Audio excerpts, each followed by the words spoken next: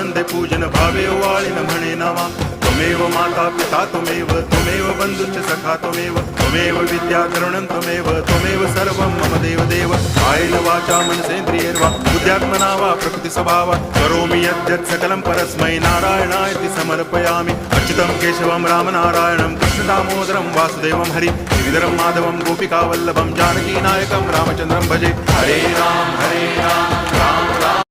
चैतन्यमाला Mandarmala Kapal